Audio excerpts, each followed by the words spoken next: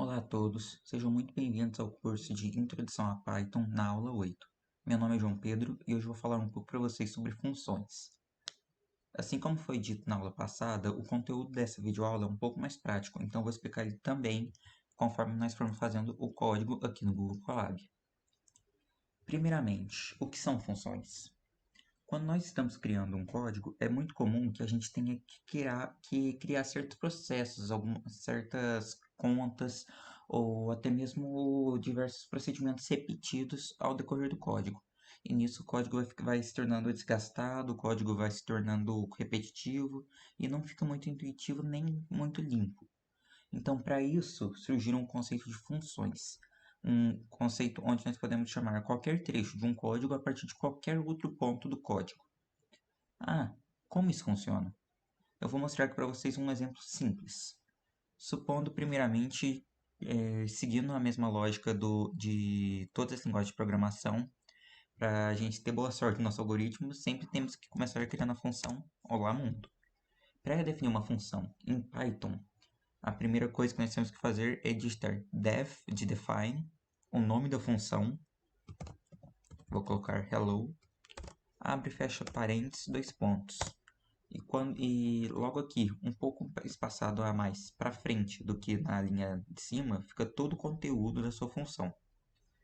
Por exemplo, eu posso vir aqui e printar Olá Mundo. E assim está definida a minha função. Extremamente simples. Para chamar a minha função, basta eu digitar o nome da função, abrir e fechar parênteses.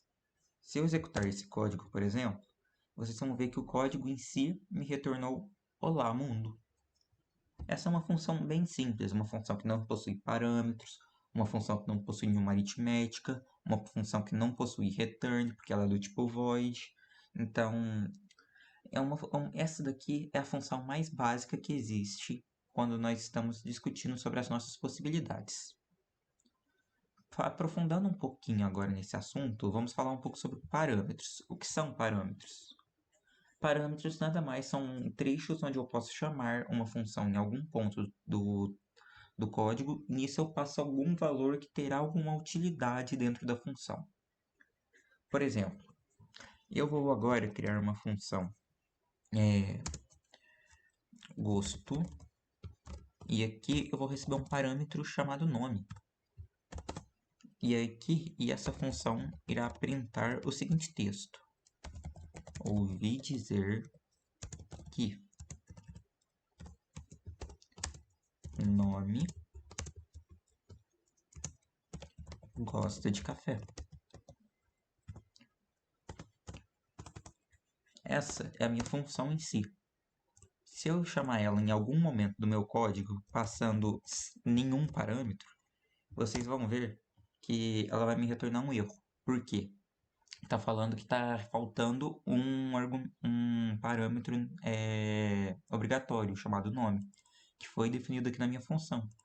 Para a função com parâmetro funcionar, eu tenho basicamente que aqui dentro digitar o que seria esse nome. Por exemplo, João. Eu ouvi dizer que João gosta de café. Ah, esse é um único parâmetro. O que eu posso. Tem como eu passar mais de um parâmetro?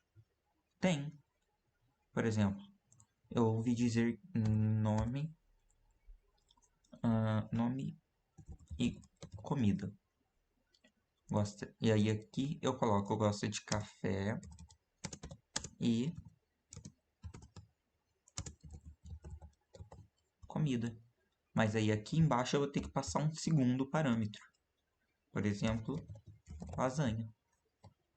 Se eu reexecutar esse código, eu gostaria que vocês observassem o seguinte. Eu ouvi dizer que João gosta de café e lasanha. Por que que isso aconteceu? Observem que quando a gente está utilizando parâmetros em funções, o primeiro parâmetro que eu passar aqui será referente ao primeiro parâmetro recebido na função. E o segundo parâmetro que eu passar ao segundo, e assim sucessivamente. Isso vai continuar acontecendo independente do número de parâmetros que eu tenha. Ah, João, e se eu não souber quantos parâmetros eu vou ter? Para isso, existe um conceito que é chamado de tuplas em funções. Como foi feito na aula passada, na aula 7, vocês puderam ver que existem tuplas, dicionários e listas. O que é uma tupla? Uma tupla nada mais é que um conjunto de uma lista onde não pode ser alterado. Ah, então quer dizer que eu posso passar essa tupla como parâmetro? Você pode, mas na verdade o que vai receber a função seria uma tupla. Ah, como assim? Eu não entendi. Observem o seguinte. Definição de nomes. E aí aqui eu vou ter uma lista de nomes, mas eu não sei quantos nomes terão aqui dentro dessa minha função. E eu quero printar apenas um nome desses diversos parâmetros que eu vou receber. Como isso funciona? Para fazer isso, basta eu vir aqui, por exemplo, quando eu for chamar a minha função, basta eu vir aqui, por exemplo, nomes, e aí eu passo João, Maria, Ana. Ah, tem 3 parâmetros aqui, mas isso daqui é porque no caso eu tô chamando 3 parâmetros. Eu posso chamar 3, 4, 5. Se eu deixar desse jeito simples, vai dar erro. O que eu tenho que fazer? Eu tenho que avisar que pode receber inúmeros parâmetros, colocando um ponteiro aqui dentro de nome, antes de nome, que no caso, a variável nome vira uma tupla com todos esses valores. E aí eu venho aqui e printo, por exemplo, a posição 0. Observem que nisso ele vai pegar a primeira posição, porque isso nada mais é do que, com uma tupla nada mais é do que um tipo de vetor, que não pode ser alterado. Então, o posicionamento de índices permanece igual. Nome na posição 0, nome na posição 1 e nome na posição 2. Ah, eu sei. João, e se a gente pegar do ponto de vista que eu sei quantos parâmetros eu vou ter, mas não sei a ordem deles? Ah, é bem simples, na verdade. Quase tudo disso segue o mesmo padrão. Por exemplo, eu vou vir aqui e vou criar o definição de pessoa. Nessa definição de pessoa, eu sei que vai ter um nome, eu sei que vai ter uma idade e eu sei que vai ter cargo. E aí eu quero printar, por exemplo, o nome da pessoa trabalha com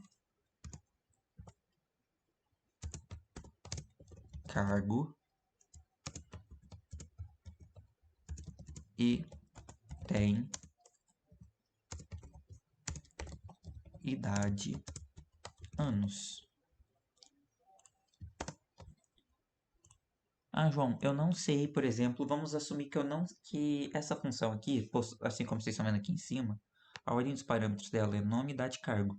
Mas e se eu não soubesse que é essa ordem? Eu quisesse chamar a pessoa com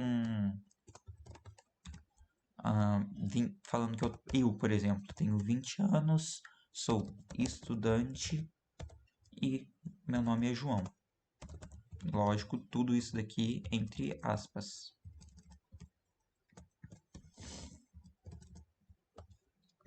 Como eu faria para definir isso daqui? Porque se eu executar desse jeito, vocês vão ver que vai ficar todo estranho, falando que o meu nome é 20, que minha profissão é João e tenho estudante anos. Fica estranho. Então, para corrigir isso daqui, o que a gente faz?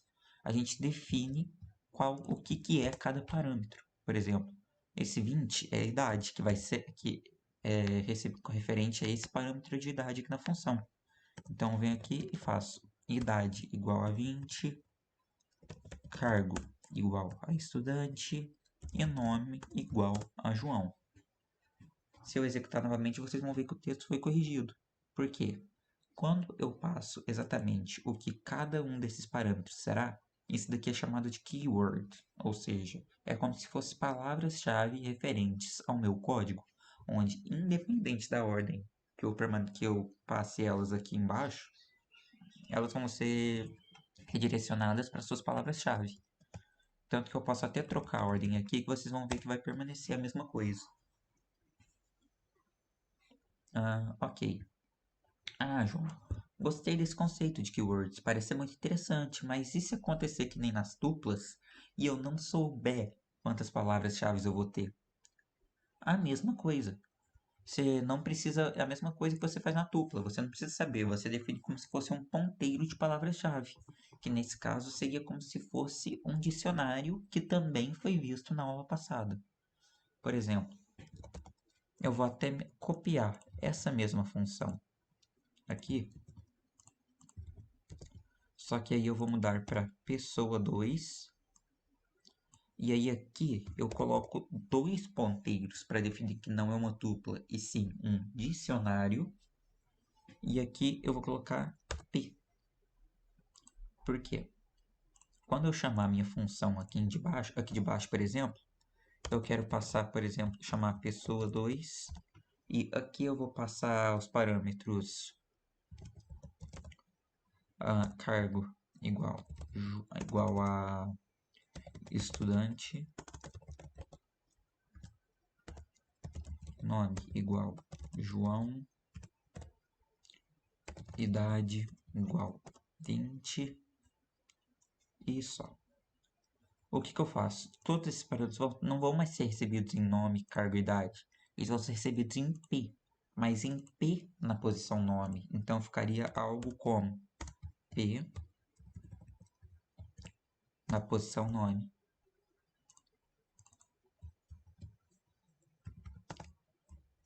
P na posição cargo e P na posição idade. Se eu executar isso daqui, deixa eu ver aqui o erro.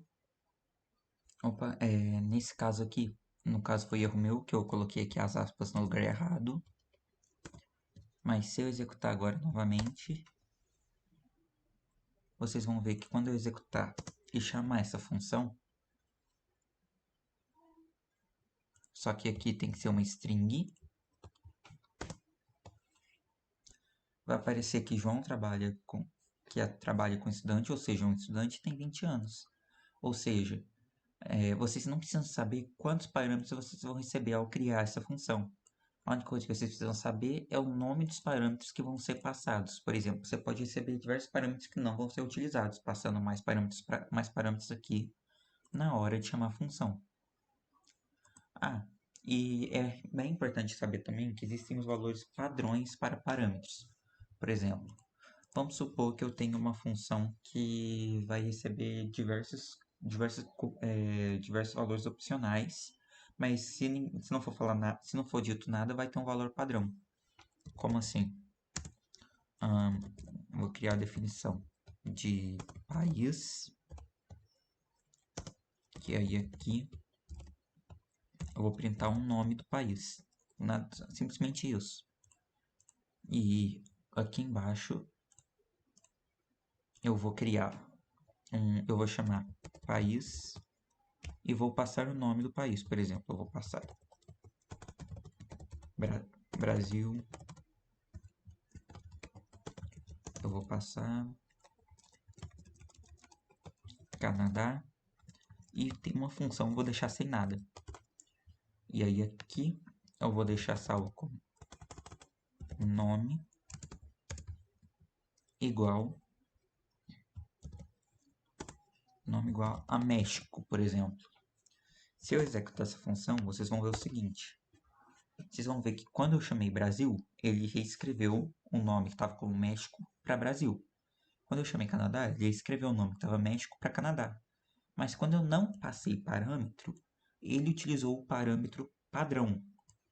Isso é muito importante porque vocês podem, dessa forma, evitar que mesmo que o usuário que deixe de digitar num campo específico, que a função deixe de funcionar. Dessa forma, nunca terá um campo vazio no seu banco de dados, por exemplo. E uma outra coisa também é que a gente pode passar como parâmetro não apenas valores como passei até agora de string, a gente pode passar números, a gente pode passar textos, a gente pode passar valores com vírgula e diversos outros. Por exemplo, eu posso vir aqui e criar uma posso vir aqui e criar a função flista, que aí aqui ele vai receber a lista como parâmetro. E aí aqui, vamos supor que eu quero printar todos os itens da minha lista. Eu faço um for x em lista print x. Por exemplo, o que é isso? Vamos vir aqui e eu vou criar, por exemplo, uma variável list, que vai ser igual a uma lista que vai ter Python, PHP e Java. Se eu vier aqui e chamar minha função flista passando meu list, observem que... Opa, faltou um parênteses aqui. Observem o seguinte, a minha variável lista recebeu uma lista que contém Python, PHP e Java. Então, esse for aqui, basicamente, o que ele faz? Ele percorre todos os elementos que está presente na minha lista, ou seja, na primeira passada, meu x equivale a Python, na segunda a PHP e na terceira a Java. Eu pedi para ele printar cada um desses valores. Então, é muito útil, sim, utilizar listas como parâmetros, porque você consegue percorrer, seja com um for, ou outra hora como por um for each, ou diversas outras possibilidades ainda. E uma uma última informação bem útil quando a gente está falando de funções ainda, antes de passar para a parte mais importante de todas, que é a recursão, é que as listas podem retornar um valor. Como assim podem retornar um valor? Eu posso vir aqui, criar uma função, por exemplo, def retorna mensagem, que onde seja aqui, por exemplo, eu recebo um valor nome. Opa. E eu quero retornar um texto mais esse meu nome.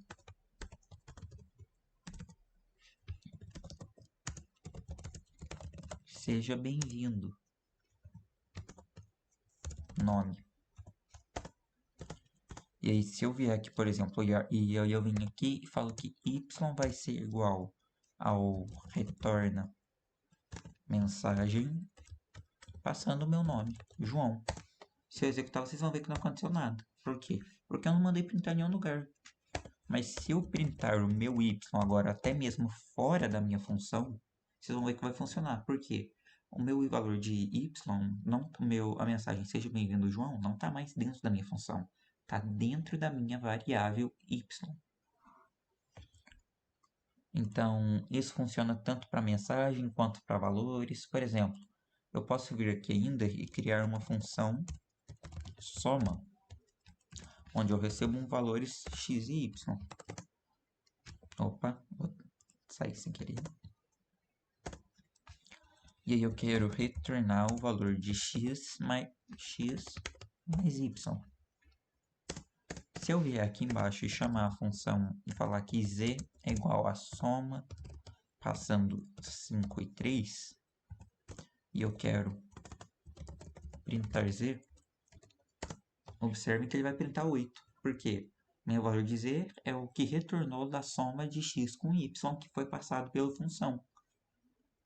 Então, esse return é um critério muito importante, principalmente porque eu vou passar agora, que é uma das partes mais importantes quando a gente está falando de função, que é a recursão. O que é a recursão? A recursão nada mais é do que chamadas sucessivas da mesma função automaticamente de forma a chegar em uma resposta. Ah, como assim? Não entendi. Eu acho que vai ser bem mais fácil explicar passando um exemplo prático. Imaginem o cálculo de fatorial.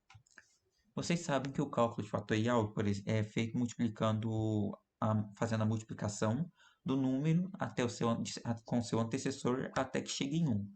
Por exemplo, 5 fatorial é a mesma coisa que fazer 5 vezes 4 vezes 3 vezes 2 vezes 1. No caso, daria 120, certo? Então, como eu posso fazer isso de uma maneira prática no código? Para qualquer valor que eu digitar. Utilizando recursão. Eu vou vir aqui e vou criar uma função fatorial, onde eu vou receber um número. E aí, aqui dentro eu tenho que fazer ele multiplicar do número que eu recebi até o 1 e retornar esse valor. Como eu faço isso? Quando a gente está falando de recursão, a parte mais importante é definir o critério de parada.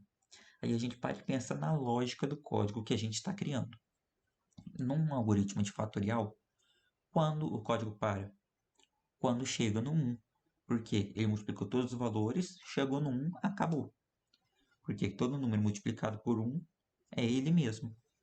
Então, eu verifico se meu número for igual a 1, eu vou pedir para ele retornar 1. Se não, eu vou pedir para ele retornar o próprio número multiplicado com o fatorial de número menos 1. Ah, como assim? Não entendi nada. Vou explicar. Imagina o seguinte.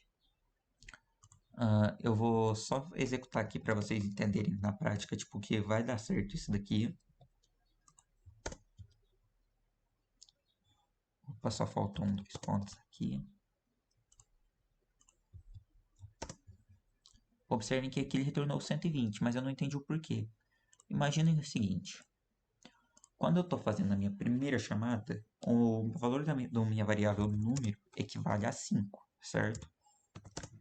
Então, se meu número não é 1, o que ele vai fazer?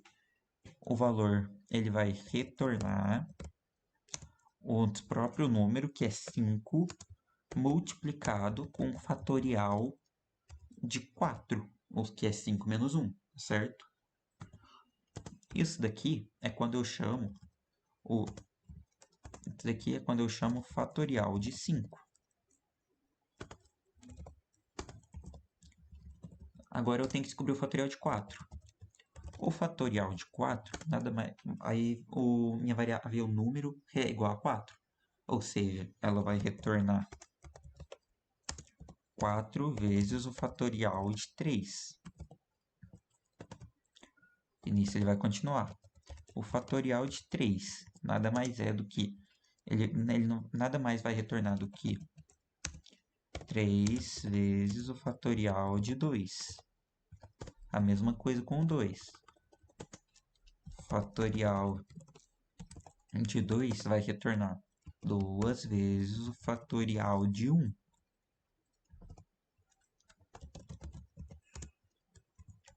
Agora aqui é o ponto decisivo, que é o critério de parada que a gente já definiu ali em cima.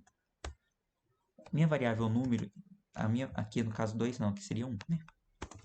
A minha variável número agora vale 1. O que eu falei quando a minha variável número valeu 1? Vai retornar 1. Então, quando eu chamei meu fatorial de 1, aqui, na verdade, ele retornou 1. Então, quando eu chamei o fatorial de 2, ele vai retornar 2 vezes 1. Ou seja, ele vai retornar o 2.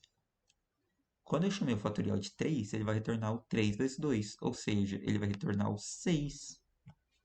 E quando eu chamei o fatorial de 4, ele vai retornar o 4 vezes 6. Ou seja, 24. E quando eu chamei o fatorial de 5, ele vai retornar o 5. Opa, aqui é 24, né? Quando eu chamei o fatorial de 5, ele vai retornar o 5 vezes 24, ou seja, 120.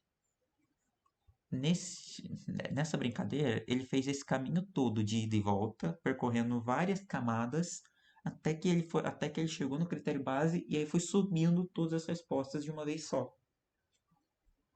É uma lógica bem interessante e bem prática, porque nisso vocês podem observar que em 5 linhas de código a gente fez um código que seria bem difícil de fazer se não fosse utilizando recursividade. Existem diversos outros fatores que podem ser feitos fazendo por recursão. Eu vou fazer mais um exemplo aqui antes de finalizar a nossa aula de hoje. Fazer multiplicação apenas com recursão. Muitas vezes quando a gente utiliza recursão, a gente utiliza também duas variáveis, sendo uma considerada como se fosse um contador. Então, eu vou passar esse exemplo para vocês. Multiplicação passando x e y.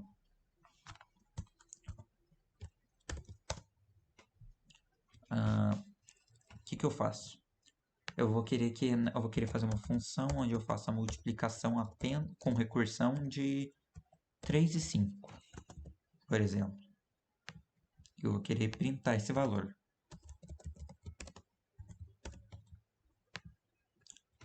O que eu faço? Primeiro é o critério de parada. Eu escolho ou a minha variável x, que seria 3, ou a minha variável y, que seria 5, para contar quantas vezes eu vou fazer o código, como se fosse critério de parada. Eu vou considerar o 3. Se x chegar em 0, ou seja, se eu já tiver somado todas as vezes, nesse caso eu vou retornar 0.